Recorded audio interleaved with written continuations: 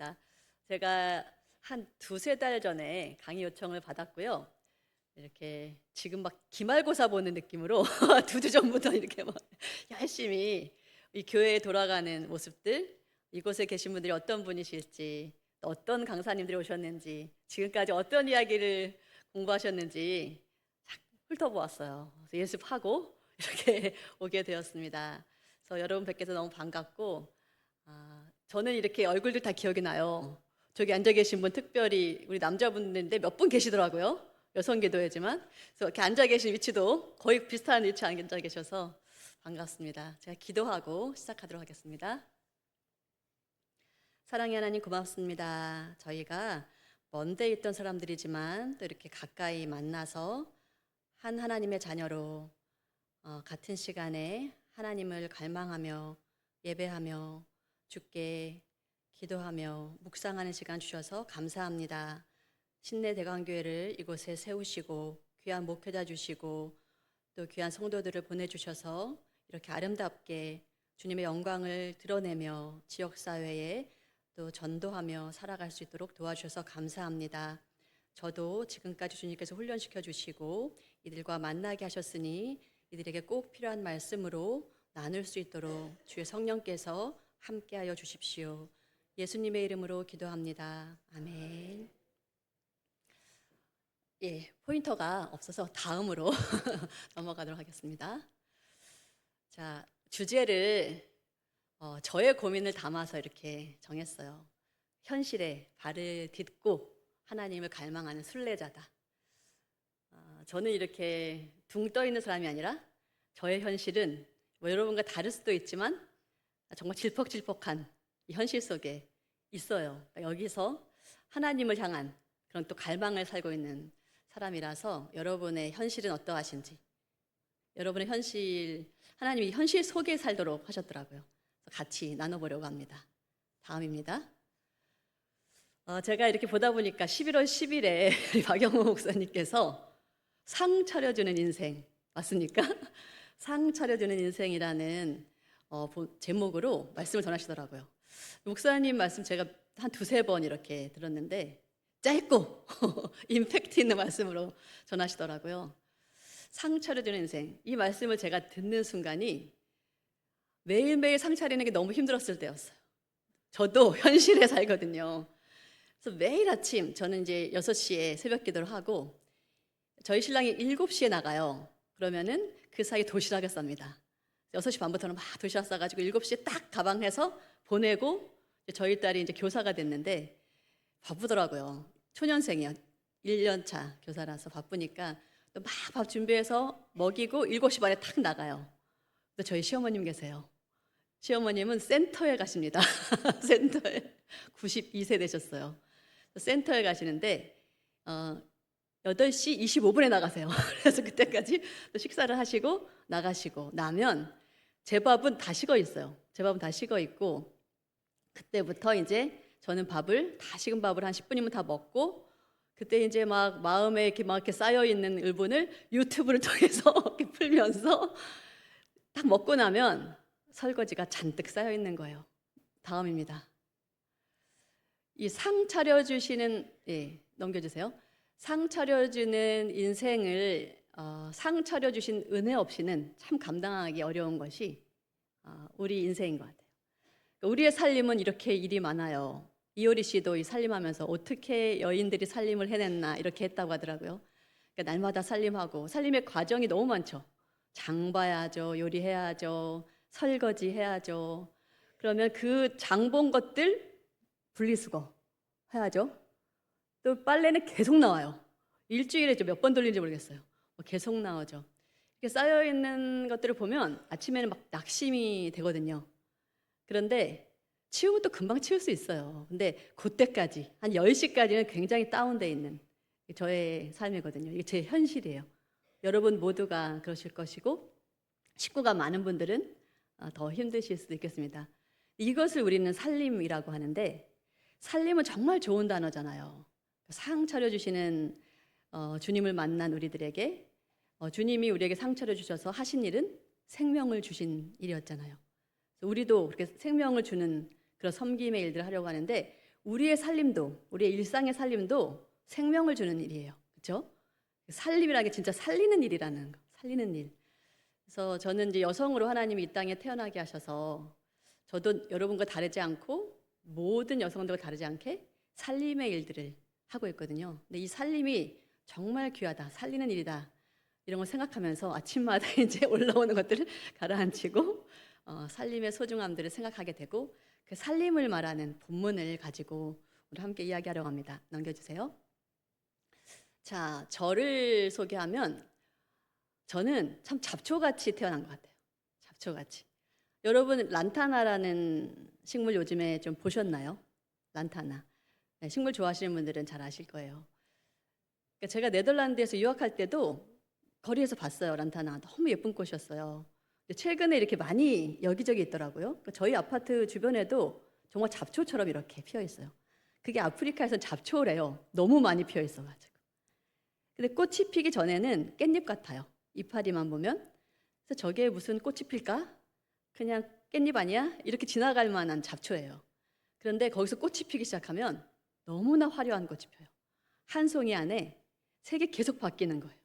꽃 하나가 7가지 색으로 나타난다고 해요. 그래서 이 꽃의 매력에 제가 잠시 빠져 있었어요. 한 2년 잘 피더라고요. 우리 집에 사와서 이렇게 키웠는데, 이제 그러고 이제 다시 들어서 이제 밖에 있는 우리 동네에 잡초처럼 피어 있는 그 꽃을 보면서 즐기고 있는데, 저의 인생도 그랬던 것 같아요. 잡초처럼 서울의 산동네에서 자랐어요. 그러니까 저의 어린 시절 한 4~5살 때 모습입니다. 눈은 단추구멍만하게 작은 아이였는데, 저 눈을 자세히 보세요. 갈망이 가득한 뭔가 이렇게 막 뭐를 추구하는 모습이 느껴지지 않으시나요? 어깨는 기운이 참 없어 보이는데 어려서부터 행복하지 않았던 것 같아요. 뭔가 늘 부족했어요. 저의 인생은 뭔가 늘 부족했지만 그 갈망이 있었어요. 갈망이. 다음입니다. What do you want? 여러분 무엇을 원하십니까? 무엇을 갈망하시고 사시나요? 여러분도 갈망들이 많으셨죠? 지금 그 갈망대로 이루신 분도 있고 아직도 무엇인가 목마르고 갈망하시는 분들이 있으실 거예요. 저는 어려서부터 참 갈망이 있었던 사람이에요. 현실은 너무 아닌데 늘 제 속에 갈망이 있었어요. 아까 그 꼬마 얼굴 볼 때 그냥 잡초같이 모든 환경은 그렇지만 저는 하나님 나라의 공주였거든요.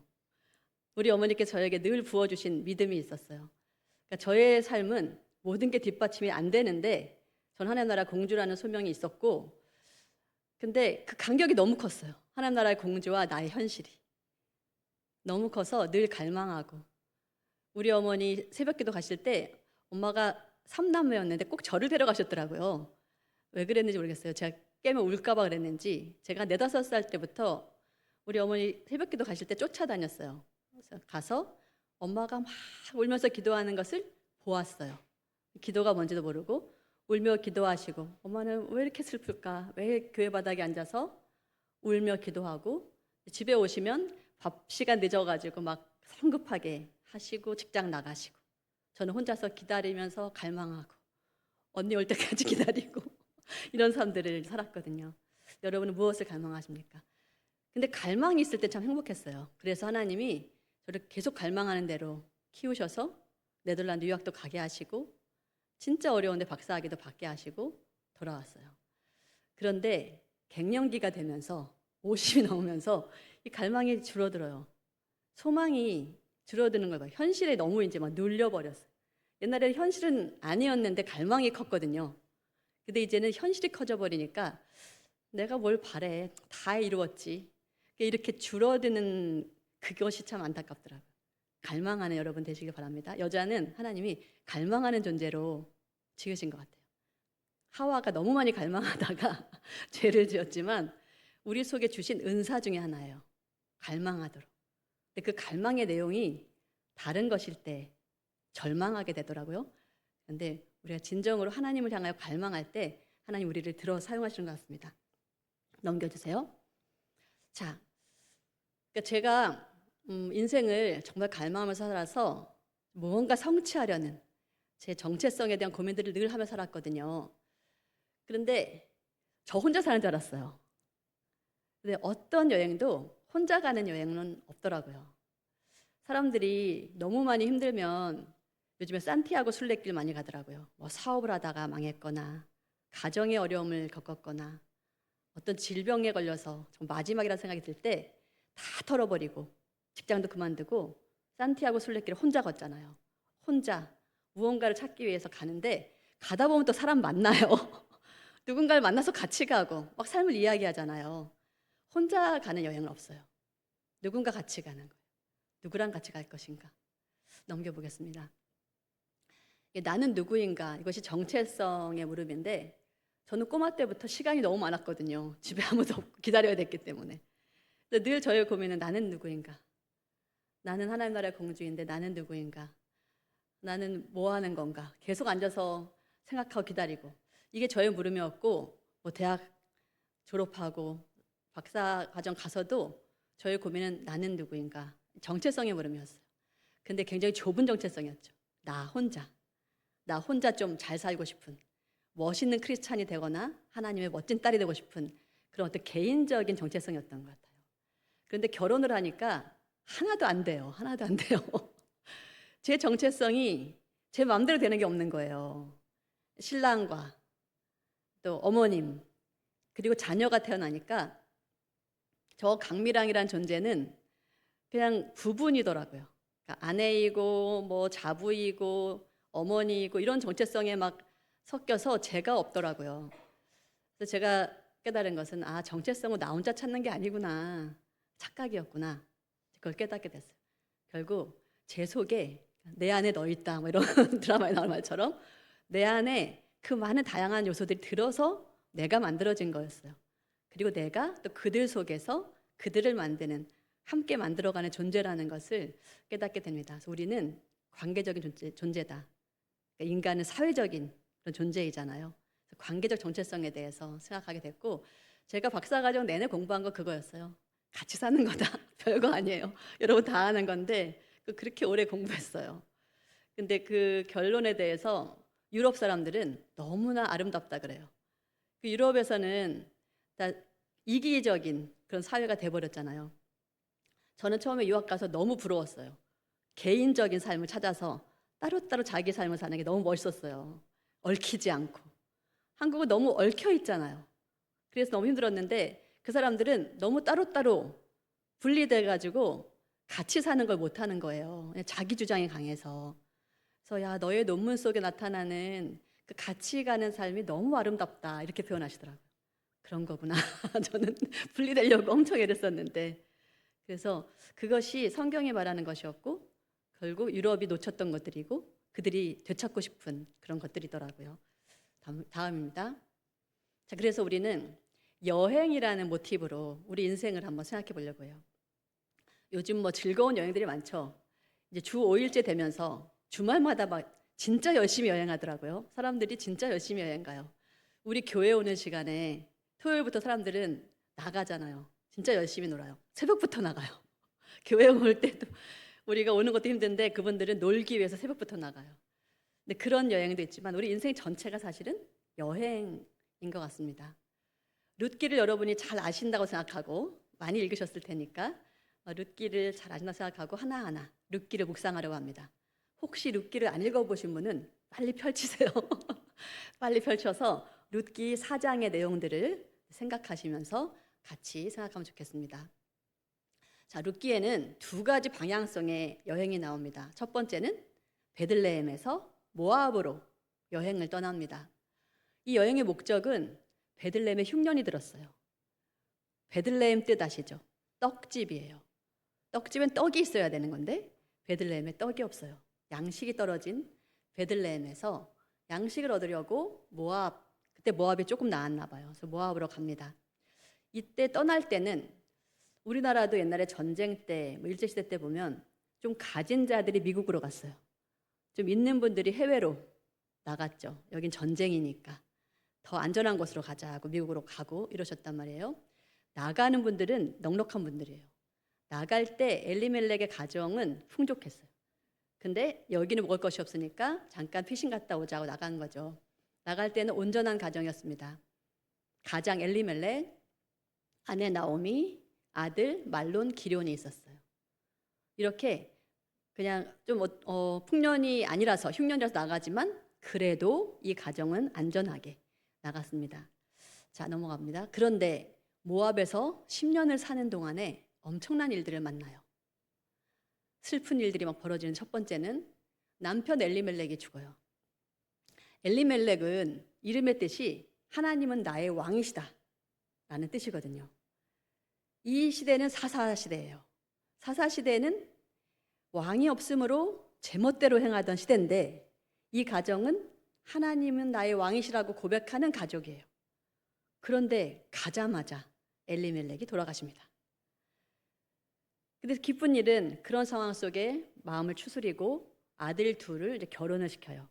나오미가 아들 둘을 결혼시키는데 모압 여인 룻과 오르바를 잡으러 드립니다.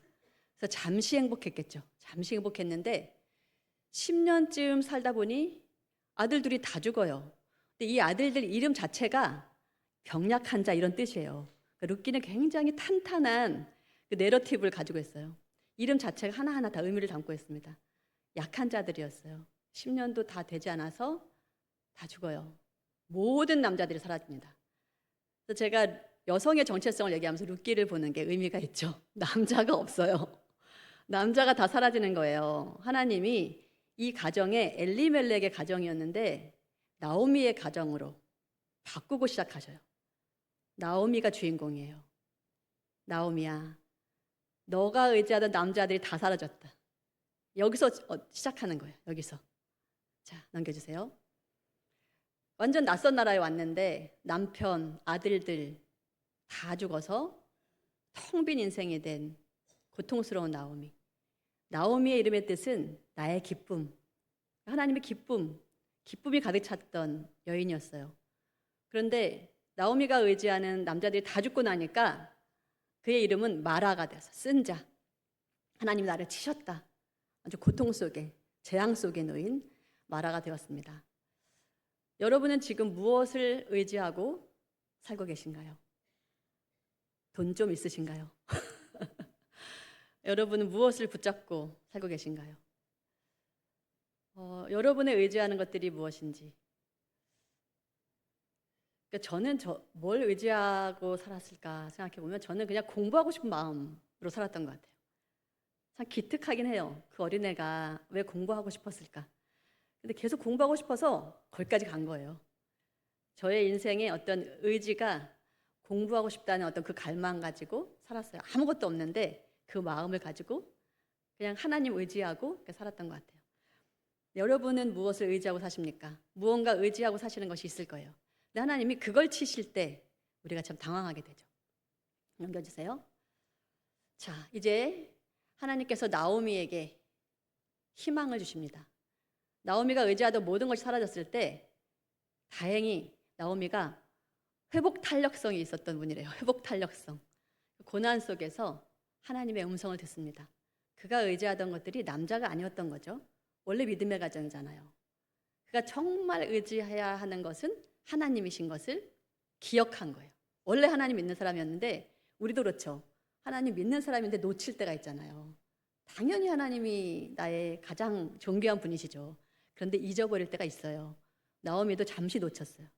그런데 다시 기억했어요. 남자가 다 사라지고 나니까 내가 누구를 의지하지? 난 이제 어떻게 살지? 이때 소리가 들리는 거예요. 베들레헴에 여호와께서 다시 양식을 주시기 시작하셨다. 흉년이 들었을 때는 하나님이 그 땅에 양식이 없었잖아요. 근데 다시 베들레헴에 하나님이 양식을 주셨다는 소식을 듣고 가자. 나의 아버지께로 돌아가자. 나의 하나님께로 돌아가자. 돌아가기로 결심합니다. 자, 근데 돌아가는 여행에 동반자들을 한번 생각해 보려고 합니다. 이제 과부가 된 나오미가 출발합니다. 근데 처음에는 같이 가요. 근데 나오미가 생각해 보니까 이 자부들은 베들레헴에 갈 필요가 없어요. 자기 땅도 아니잖아요. 거기서 남편을 내가 찾아줄 수도 없고. 생각해 보니까 참 굉장히 좋은 시어머니예요. 너희들 어머니 집으로 가라. 이 말은 너희들이 어머니 집 뭐냐면 남편을 찾아주는 것이에요. 그 당시 사람들의 어머니 집은 혼인을 준비하는 곳이래요. 그래서 너희들에게는 너희들을 도울 수 있는 남편이 필요하다. 남편을 찾아서 돌아가는 게 낫겠다. 나는 내 하나님께로 돌아간다. 내 백성들에게 돌아간다. 하고 선택을 제시해요. 참 훌륭한 시어머니죠. 그래서 여러분이 성경을 읽을 때 성경과 현실이 다를 때가 있어요. 그러니까 성경은 늘 문자적으로 우리랑 똑같지 않아요. 우리의 시어머니하고 나오미하고 조금 다를 때가 있어요. 그러니까 어쨌든 성경은 이상적인 모습을 보여주죠. 나오미는 굉장히 배려심이 있는 시어머니였어요. 선택을 제시해요. 선택. 하나님이 우리 인생에도 선택을 제시하세요. 정해져 있지 않아요. 하나님 우리 인격적으로 만드셔서 늘 선택하도록 하세요. 이 선택이 옳고 이 선택이 그르다 이러지 않으세요. 인격적인 선택을 하는 거예요. 근데 많은 사람들이 이제 오르바의 선택이 너무 돈을 쫓는 선택이다 이렇게 말하겠지만 오르바도 선택한 거예요. 오르바도 10년 동안 인내의 사람으로 살았어요. 칭찬하고 보내죠. 그의 선택이에요. 자, 그런데 둘째 자부 오르바는 떠났는데 새 남편을 찾으러 떠났는데 그가 순종한 거예요. 현실적인 시어머니의 제안에 따라서. 그가 불순종한 것이 아니고 순종하고 그의 백성에게 그의 신에게 돌아갔어요. 근데 첫째 자부 룻은 어머니의 말씀에 순종하지 않습니다. 특이하죠. 어머님과 함께 가요. 그 현실적인 제안은 남편을 찾는 것이었지만 이 룻이 생각할 때 이제 이 가정에 와서 자기가 10년 동안 살면서 이 가정의 문화를 배운 것 같아요. 이 베들레헴에서 온 엘리멜렉의 가족은 내 모압의 가족과 다른 거예요. 거기서 배운 것은 하나님 중심으로 살아가는 모습을 본 것 같아요. 당장 내가 새 남편을 구하는 것보다 내 가족의 과부된 어머니, 과부된 내가, 과부된 어머니와 연대하는 것이 필요하겠다는 느낌을 가진 것 같아요. 어머니와 함께 가겠습니다. 어머니의 백성에게 가겠습니다. 더 나아가서 어머니 하나님이 나의 하나님이십니다. 라고 고백하고 결혼 언약 같은 아주 결속하는 언약을 해요. 내가 죽는 일 외에 어머니를 떠나면 여호와께서 내게 벌을 내리시기를 원합니다. 이런 결심을 말하니까 더 이상 나오미가 가라고 말하지 못하는 거예요. 이것은 룻의 선택이고 룻의 결단이에요. 한국의 그 유교적인 전통에서 3종 지도가 아닌 거예요. 시어머니는 선택을 제시했고 룻은 스스로 자발적으로 자신이 10년간 변화된 모습 속에서 자신의 사고를 가지고 결단을 하고 나아가는 모습입니다. 그래서 나오미 현실적 조언에 믿음으로 응답해요.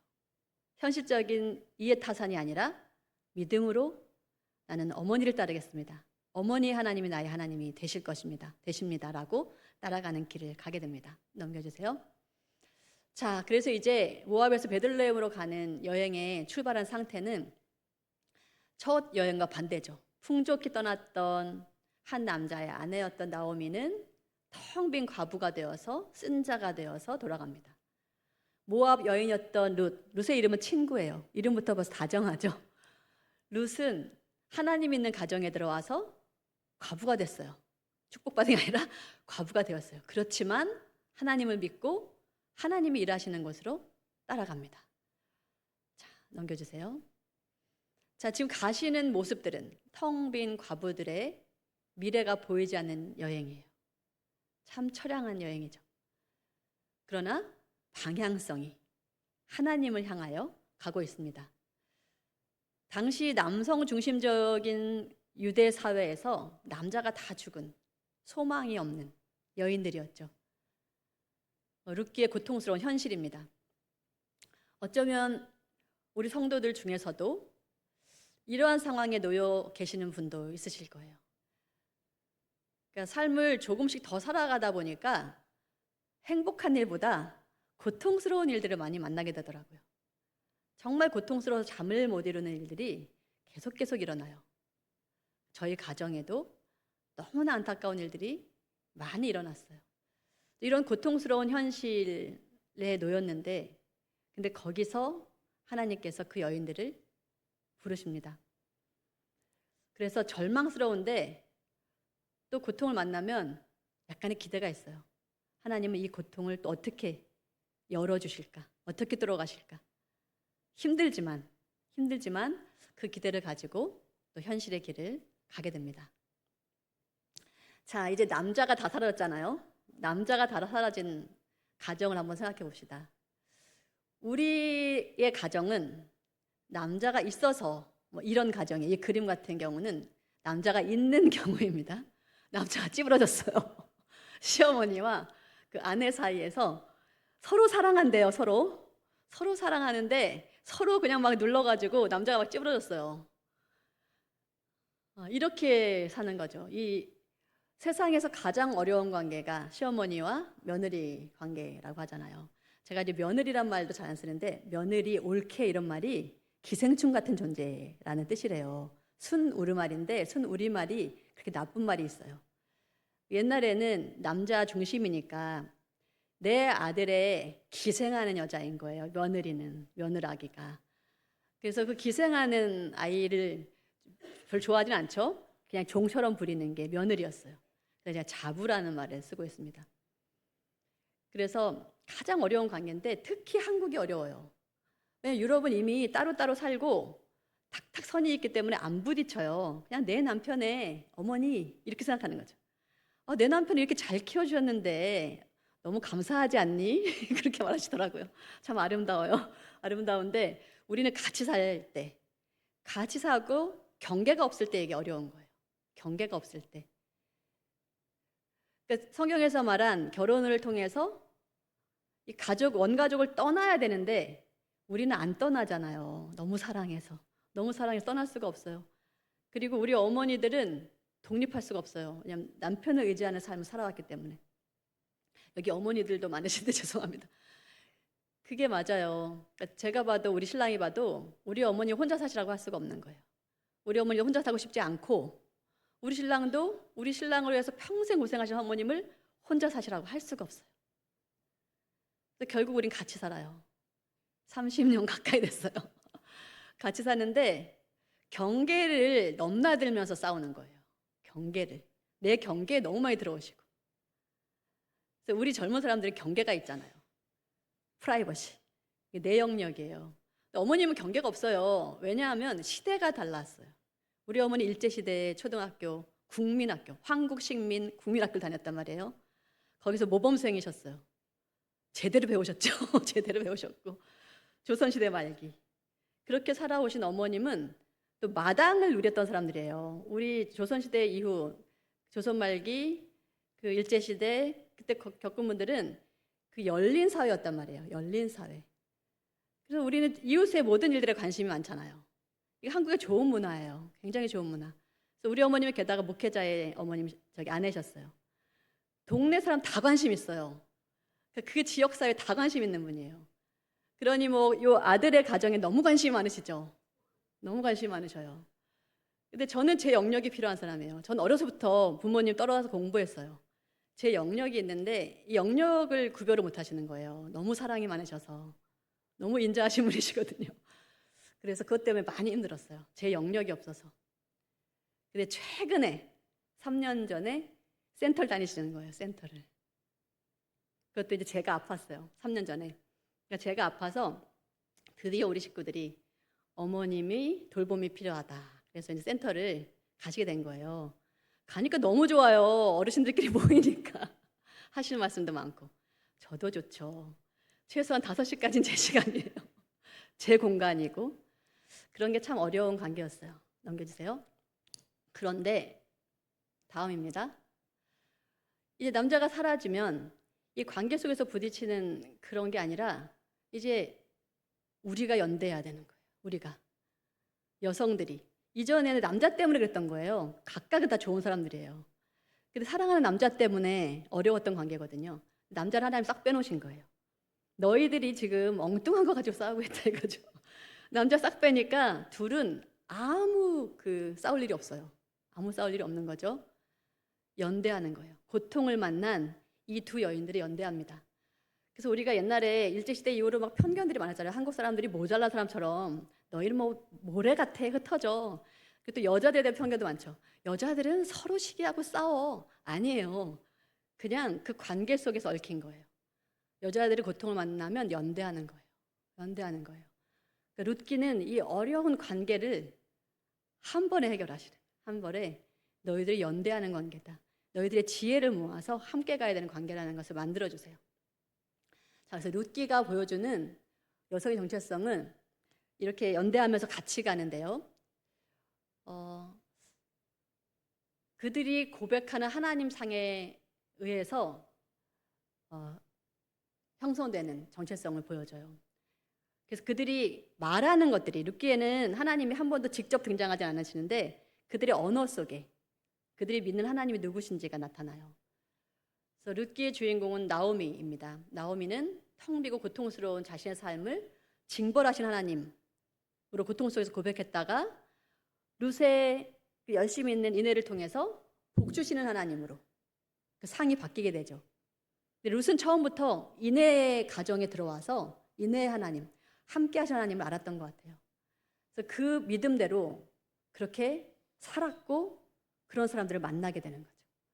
그래서 그 믿음을 가지고 하나님의 은혜를 구하고 진취적으로 민족의 경계를 넘어서 스스로 이방인이 되어서 들어왔고 일을 해야 되니까 남자가 없으니까 남자의 일터로 들어가는 모습을 보입니다. 그렇게 들어갔더니 거기서 하나님이 준비하신 은혜로 인해서 유력한 자를 만나요. 그 지역의 가장 유력한 자 보아스를 만납니다. 이게 이제 스토리에서나 있는 일이겠다 생각하시겠지만 하나님이 모든 것을 내려놓고 하나님을 의지하는 자에게는 보아스를 주시더라고요. 보아스를 주셔요. 저는 이제 선생님이 되고 싶었는데 하나님이 그 길을 꺾으셔서 이렇게 신학자가 되게 하셨어요. 제가 이제 고등학교 졸업하고 하나님의 일을 하겠다고 엎드렸어요. 하나님 써주세요. 모든 걸 내려놓고 하나님 써주세요라고 고백할 때 그때부터 하나님이 진짜 써주시더라고요. 모든 걸 해결해 주시는 거예요. 그래서 정말 할 수 없는 일들을 많이 열어주셨어요. 그래서 은혜를 정말 많이 받은 사람입니다. 하나님을 향하여 가는 자에게 그에게 필요한 만큼의 은혜를 내려주시더라고요. 다음 가겠습니다. 잠깐만요, 앞에. 자, 그래서 이제 룻은 보아스를 만나는데 이 보아스는 유력한 자였고 보아스가 가지고 있는 신앙 고백은 또 보아스의 말들을 통해서 나타나는데 보아스도 그 인사하는 거 보면 하나님이 함께 계시기를 원하노라 축복하는 말들을 해요. 그러니까 보아스의 하나님 상도 함께 계시고 은혜 베푸시는 그런 상이었어요. 그래서 그가 이제 룻을 만나서 룻에게 하는 말들이 정말 아름답죠. 여호와의 날개 아래에 이렇게 쉬러 온 너에게 그런 은혜가 있기를 바란다. 그러면서 그가 룻의 날개가 되어주는 거예요. 그가 가지고 있는 하나님 상이 그러한 자로, 위로자로 서게 됩니다. 자, 그러면 이제 넘어갑니다. 여러분이 만나고 체험한 하나님은 누구신가요? 여러분의 삶 속에서 많은 하나님을 경험하셨죠. 하나님의 여러 측면들, 하나님의 속성들 이런 것들을 살면서 많이 경험하시잖아요. 나이가 드실수록 여러분 하나님 부자예요. 하나님을 많이 경험하신 부자들이시죠. 그러니까 저는 젊을 때 늘 이렇게 뒤에서 도와주시는 하나님, 그러니까 늘 저를 도와주시는 하나님이에요. 전 늘 도움만 받으려고 했기 때문에 하나님 늘 저를 도와주셔가지고 진짜 박사학위까지 다 주셨어요. 제가 하나님을 믿고 기도하는 것들을 다 밀어주셔가지고 도와주셨고 지금은 이제 하나님이 저를 네가 좀 해라. 내가 일하기를 원하시는, 능동적으로 하기 원하시는 이제 그런 하나님이신데 목자 되신 하나님, 복 주시는 하나님, 친구 되신 하나님, 여러분이 만나신 이 하나님이 여러분의 삶을 그렇게 이끌어가는 것 같습니다. 자, 가장 좋은 것을 주시는 하나님 그림을 잠깐 보여드렸는데 저희 딸이 감사하게도 저보다 믿음이 좋아요. 청출어람. 왜냐하면 얘는 어렸을 때부터 성경을 제가 정말 3개월부터 찬양으로 키우고 성경을 읽어주고 한 3, 4개국어로 성경을 읽어줬어요. 네덜란드에서 구할 수 있는 성경은 다 그냥 구해서 읽어주고 기도책도 읽어주고 늘 이렇게 믿음으로 키웠더니 진짜 일찍 하나님 만나고 그런 은혜들이 많이 있어요. 우리 가정에 아픔도 있어서 얘도 아픔을 가지고 있지만 은혜들을 많이 입어가지고 가는 곳마다 얘가 보아스와 룻처럼 살아가요. 저 찬양이 얘 친구가 있는데 교사가 얘는 이제 재수해서 됐어요. 근데 가장 친한 친구가 이제 다음 주에 삼수 시험을 봐요. 그래도 얘가 믿음도 없는 친구인데 같이 자취를 했더니 3개월 전부터 나 너랑 성경 읽고 싶다 그러더래요. 믿음도 없는 친구인데 얘가 너무 감사해서 눈물을 흘리더라고요. 성경 읽고 싶다고, 나 너가 믿는 하나님을 알고 싶다고 해서 매일 저녁 1시간씩 성경을 읽어요. 성경을 쭉 읽어나가면서 또 지난주에는 하나님에 대해서 조금 더 구체적으로 알고 싶어, 하나님 어떤 분이신지 구체적으로 알고 싶어요. 붙잡는 거예요. 지금 너무 조금 마음이 다급하잖아요. 그래서 어제는 문자를 막 보내더라고요. 하나님이 누구신지에 대한 성경 구절을 한 10개 정도 쫙 뽑아가지고 문맥까지, 국어 교육과예요. 그래서 얘가 문맥이 잘하는 친구라, 똑똑한 친구라 문맥까지 하나님 어떤 상황에서 어떻게 도우셨던 분이신지를 잘 찾아서 보냈어요. 근데 제가 이제 이거 준비하다가 이 찬양을 보내주면 좋겠다, 이 찬양을 선물해라, 송경민 씨 찬양, 가장 좋은 것을 주신 하나님, 이 영상을 보내줬더니 아침에 걔가 받아들고는 울면서 들었다고, 너무 좋다, 하나님이 우리가 계획한 것보다 먼저 우리가 알지 못하는 길을 먼저 도와주시는 하나님이신 것을 얘가 막 느끼는 거예요. 새록새록 하나님 너무 필요한 중에 텅 빈 정말 간절한 그 순간에 친구를 통해서 이렇게 말씀을, 하나님을 알게 하시는데, 이게 바로 루시예요. 이게 바로 보아스. 우리 딸이 그런 삶을 살아가는 것이 너무 감사했어요. 네, 넘겨주세요. 자, 이제 그 룻 이야기에서 나오미의 가족이 이제 들어와서 보아스의 은혜로 양식을, 이제 이삭 죽기를 통해서 양식을 얻게 되었어요. 그런데 보리 추수가 끝납니다. 밀 추수가 끝나요. 더 이상 일자리가 없는 거예요. 농한기. 이렇게 되니까 이제 나오미와 룻이 먹을 것이 없어졌어요. 그때 나오미의 지혜가 나옵니다. 노인들은 살아온 지혜가 있잖아요. 하나님도 풍성하시다 했잖아요. 이 살아온 지혜로 젊은이들에게 조언할 수 있어요. 이 조언한 내용은 너가 만난 그 보아스가 바로 우리 가족을 도울 수 있는 가장 가까운 친족이다. 그에게로 들어가라 하고 굉장히 엄청난 도발적인 제안을 해요. 당시에 추수가 끝나면 타작마당에 남자들이 이렇게 텐트를 치고 쉬는 거예요. 그게 뭐냐면 창녀들이 들어오는 거예요. 그 자리에 창녀들이 들어와서 술 마시고 즐기는 그런 곳인데, 나오미가 자부 룻에게 깨끗이 씻고 향수를 뿌리고 예쁘게 옷 입고 거기에 들어가라고 조언을 해요. 왜냐하면 보아스가 우리의 기업 물을 자이다. 우리가 살 수 있는 마지막 길이다. 특히 룻을 위한 배려예요. 너에게 남편이 되어줄 뿐이라는 거죠. 그래서 그런 의미에서 룻에게 제안을 했는데, 이 현숙한 여인 룻은 그 제안을 받아요. 어머니의 말씀대로 내가 다 행하리이다. 진짜 모든 준비를 다 해가지고 보아스가 눕는 곳을 미리 알아놨다가 들어갑니다. 넘겨주세요. 자, 그래서 이제 룻은 경계를 또 한 번 넘어요. 룻은 굉장히 도전적으로 살아가죠. 함께 하신 하나님을 믿기 때문에, 은혜 주신 하나님을 믿기 때문에 민족을 넘어왔죠. 남자 영역에 들어갔죠. 이번에는 정말 위험한, 걸리면 완전 창녀 취급 당할 수 있는 그 영역으로 넘어 들어가요. 항상 고고 가는 겁니다. 그래서 들어가서 이제 발치에 누웠는데 보아스가 깜짝 놀라고 깨서 보니, 너는 누구냐? 저는 룻입니다. 보아스는 좀 나이가 좀 있으셨던 분인가 봐요.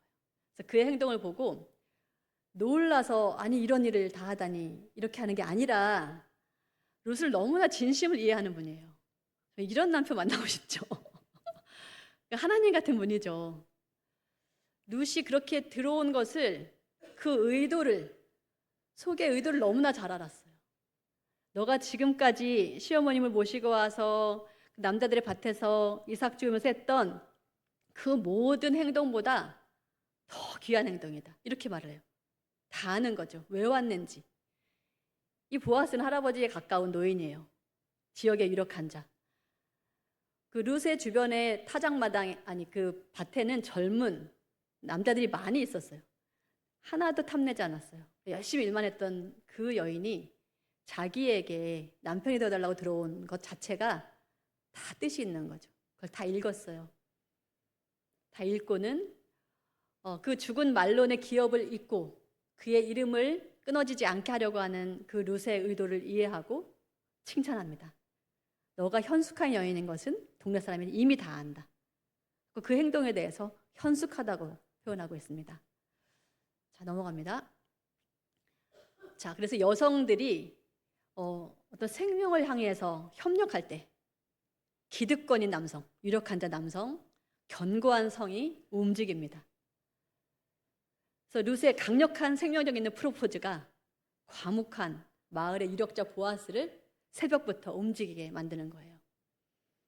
그러니까 저는 인생에서 성경을 공부하고 성경대로 살아보려고 많이 노력했는데, 그러니까 재밌는 간증은 여리고성을 무너뜨리는 거. 이게 저의 어린 시절에 굉장히 소중한 스토리로 남아있었던 것 같아요. 그래서 제가 네덜란드에서 박사과정을 하는데 진짜 어려워요. 유럽의 박사는 언어부터 막 네덜란드어를 배워서 영어도 잘 못하는데 네덜란드어 해야 되죠. 거기다 독일어 못한다고 넌 핸디캡이다 막 이러는 교수님들이에요. 거기서 공부를 하는데 게다가 저는 또 신랑이 공부 끝나고 와서 네덜란드로 왔다 갔다 했어요. 한 7번을 비행기 타고 왔다 갔다 하면서 논문을 끝냈거든요. 10년을 공부했어요. 근데 그 사이에 우리 딸 학교 반장 되면 또 반장 엄마 역할 다 하고 그 사이에 교회 사역도 안 쉬었어요. 교회 전도사 사역 하면서 하다 보니 너무 힘든 거예요. 그래서 제 속에 갈망은 있는데 지쳤어요. 하나님, 나 여기 박사과정까지 간 것만도 너무 감사해요. 제가 어떻게 여기까지 왔겠어요? 내려놓고 싶었어요. 그런데 등 떠밀어 주신 하나님이 계속 밀어주셔서 제가 이제 기도를 하는데 땅밟기 기도처럼 그 강당, 박사학위 주는 강당이 있어요. 네덜란드를 박사학위를 한 명씩 줘요. 한 명이 박사학위식을 하면 하객을 초대하고 3개국에서 교수님들이 오셔서 논문 심사를 하면서 방어식이라고 해요. 논문 방어식을 하고 졸업을 하는데 그 자리에 들어가는 게 너무나 쉽지 않은 거예요. 그래서 제가 강당을 돌면서 하나님 박사학위를 주세요. 여리고성을 무너뜨리는 기도를 했어요.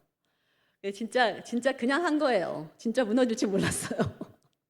그렇게 기도를 하는데 진짜 하나님 막 몰아붙이시더니 학위 주시더라고요. 나중에 제가 포기하고 싶어 했는데 교수님이 이제 아까워서 내가 너를 얼마나 오랫동안 지도해 왔는데 어떻게든 끝을 내도록 하셔가지고 온 식구가 이제 티켓팅 하고 갔어요. 그래가지고 거기서 끝을 내고 왔어요.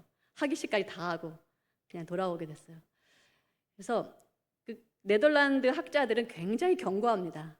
안 넘어져요. 그냥 굉장히 하나하나 디테일하게 요구하고 힘들게 해요. 그래서 교수님, 박사님들, 박사 후보들, 제자들 많이 보냈는데 거의 못 끝내요. 굉장히 견고한 성인데 무너졌어요. 무너져서 교수님들이 학위를 주시기로 하고 회의를 소집해서 학위를 드디어 받게 됩니다. 그래서 하나님께서 그 성도 무너뜨리시더라고요. 정말 안 될 것 같았는데 무너뜨리는 걸 제가 경험했습니다. 넘겨주세요. 그래서 다 무너질 수 있다는 것. 하나님 무너뜨리신다는 것. 잠깐 앞으로. 근데 보아스는 이제 그 두 여성이 협력하여 만든 이 안을 가지고 받아들이고 적극적으로 행동합니다. 그들이 너무 긴급하다는 걸 아는 거죠. 생명을 위해서 긴급하다는 것을 알고 새벽부터 움직여요. 쉬지 않습니다. 그래서 신속하게 움직여서 근데 그렇다고 해서 그 선을 넘지 않는 거예요.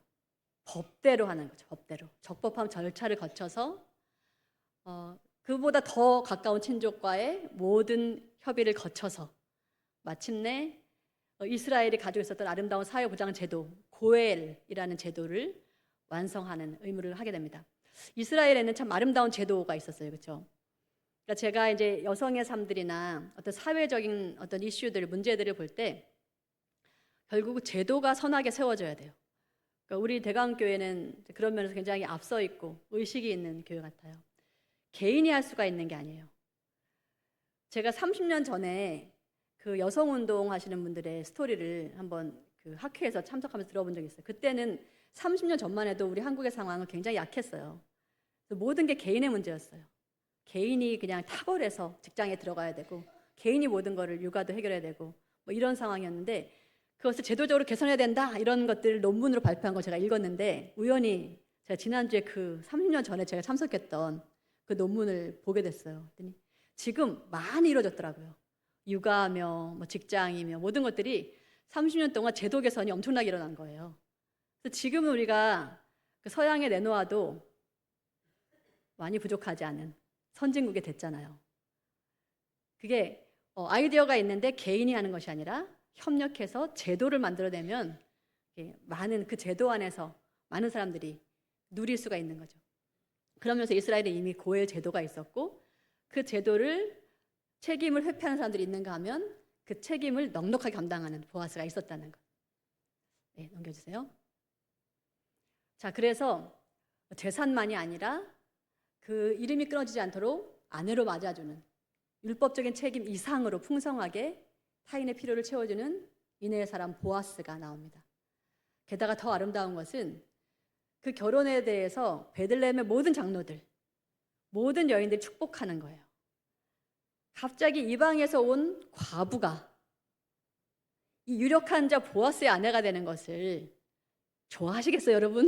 만약에 갑자기 여기에 이 교회에 가장 유력하고 돈 많고 모든 것을 할 수 있는 이 권력자를 밖에서 온 과부가 차지했어요. 막 뒤에서 말이 많을 거 아니에요. 베들레헴은 그렇지 않았어요. 특이하죠. 이 공동체 굉장히 이상적인 공동체 모습으로 나와요. 모든 장로들이, 모든 여인들이 축복합니다. 가장 최고의 축복으로 라헬과 레아의 축복을 해요. 그 이방에서 온 과부 룻에게.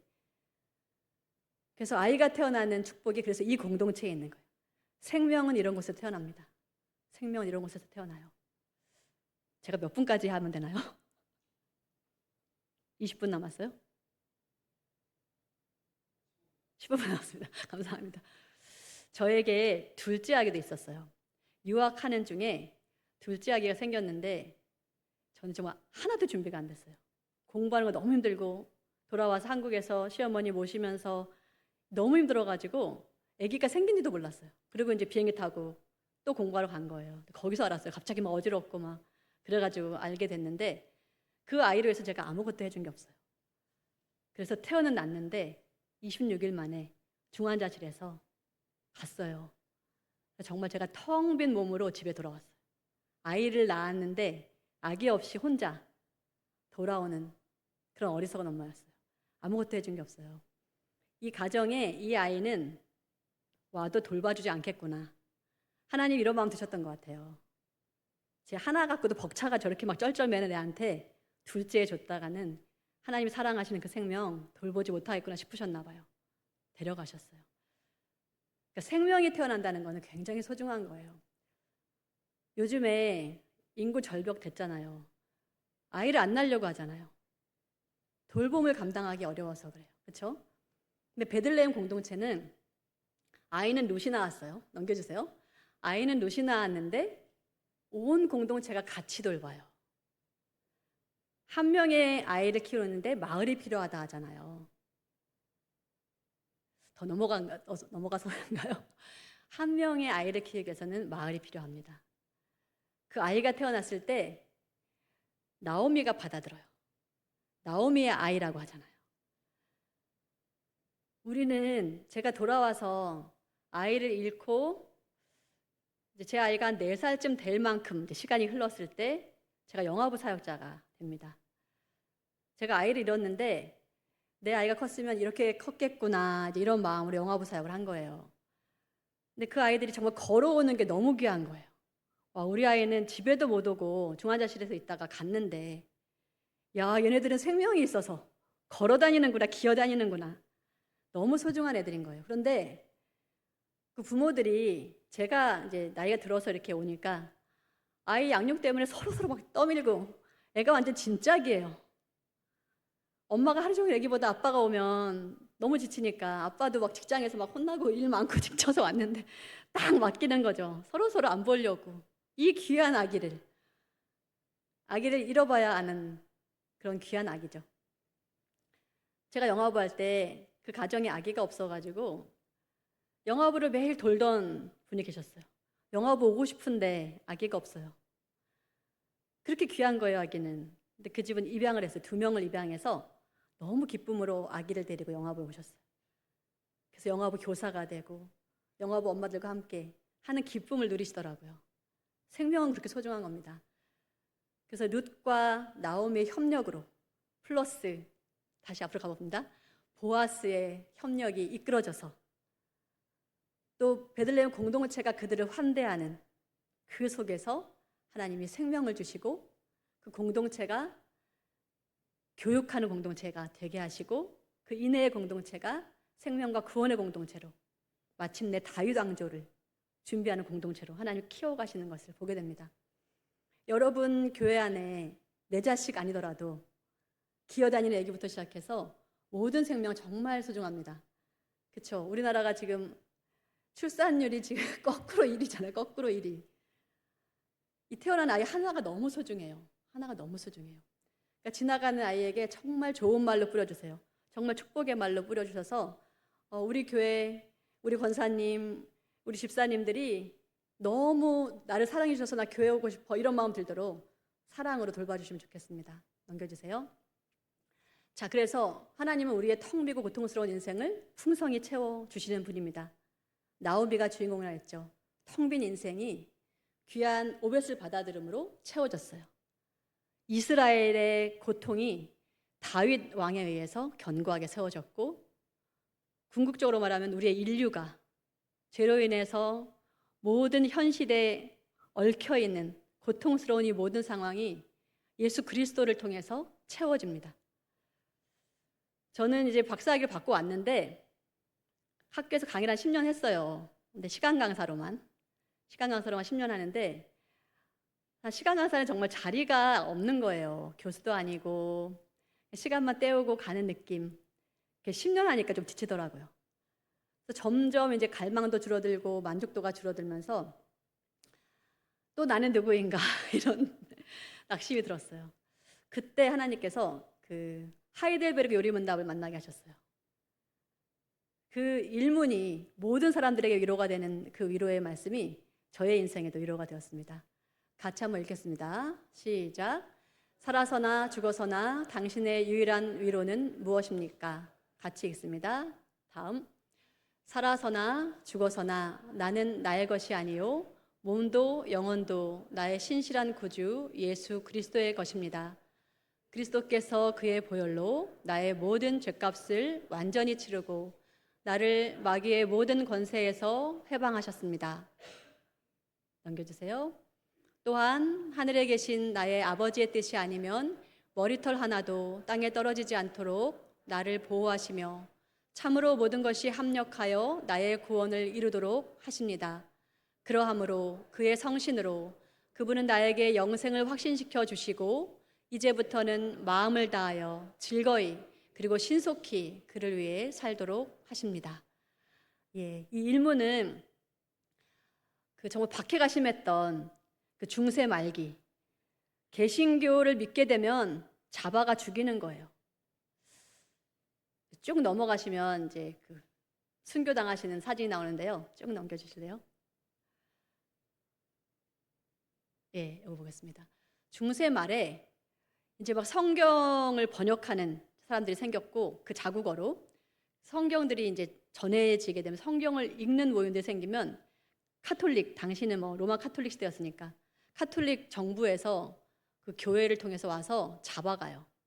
죽이는데 저렇게 죽었더라고요. 쇠꼬챙이에, 화형에 모두 다 죽임을 당했어요.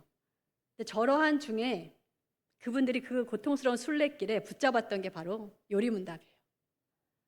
성경 66권을 다 읽을 수가 없잖아요. 그 당시에 글도 모르는 사람이 대부분이었어요.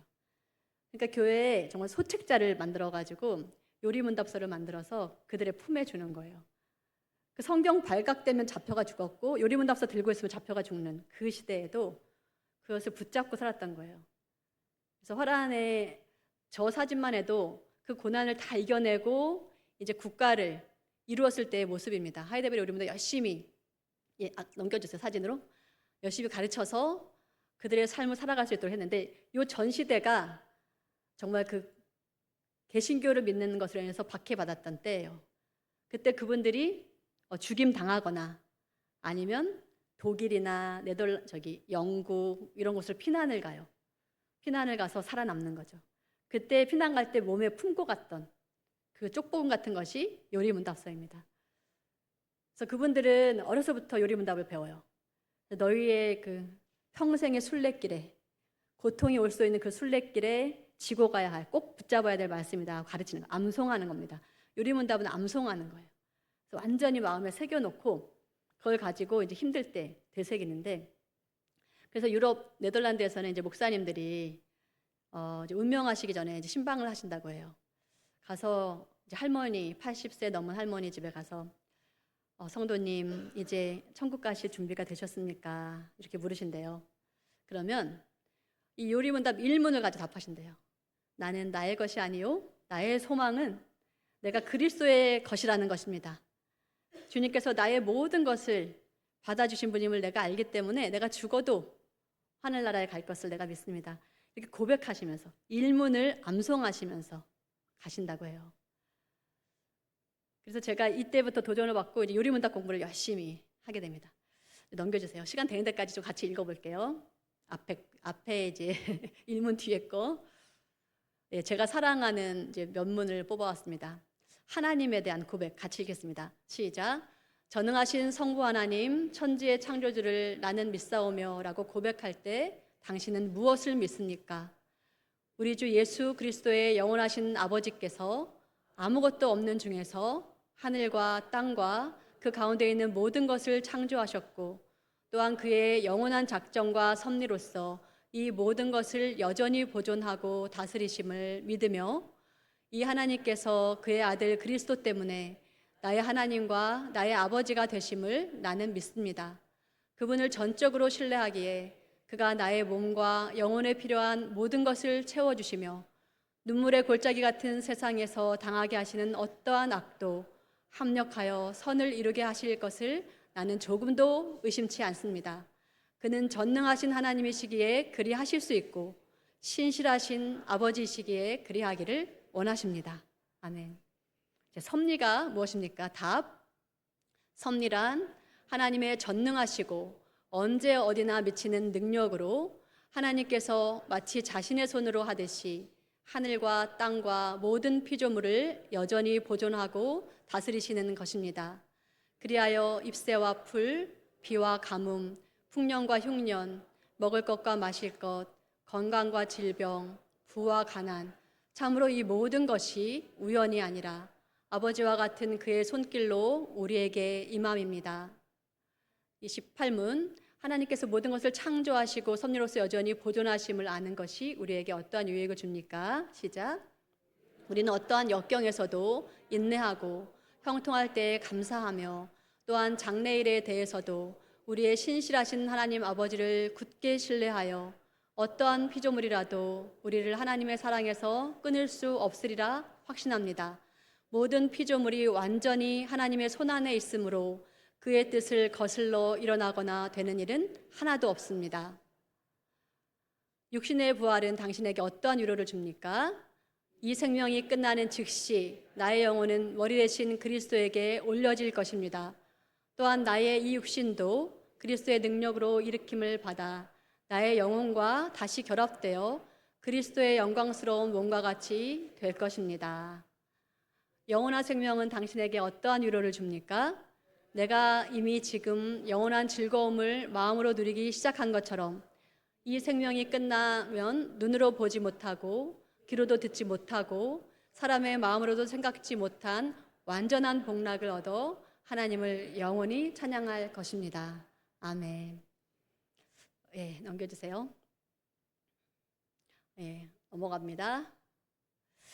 그래서 제가 계속 이제 요리문답 공부하다가 이제 제 청소년 사역 들어갔잖아요.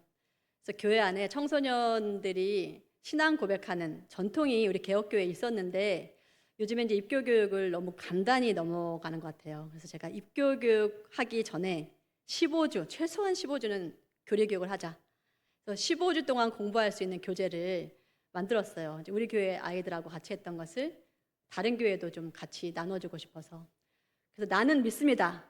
너희가 뭘 믿는지 최소한 15개, 제가 신앙 고백서들 중에서 요약해서 15개를 모아서 이제 이것으로 고백하게 하고 이제 넘겨주세요. 이제 이렇게 공부를 해요. 그리고 이제 성도들 앞에서 내가 무엇을 믿는다고 입으로 공적 신앙 고백을 하게 하고 이제 입교를 합니다. 넘겨주세요. 이렇게 해서 우리가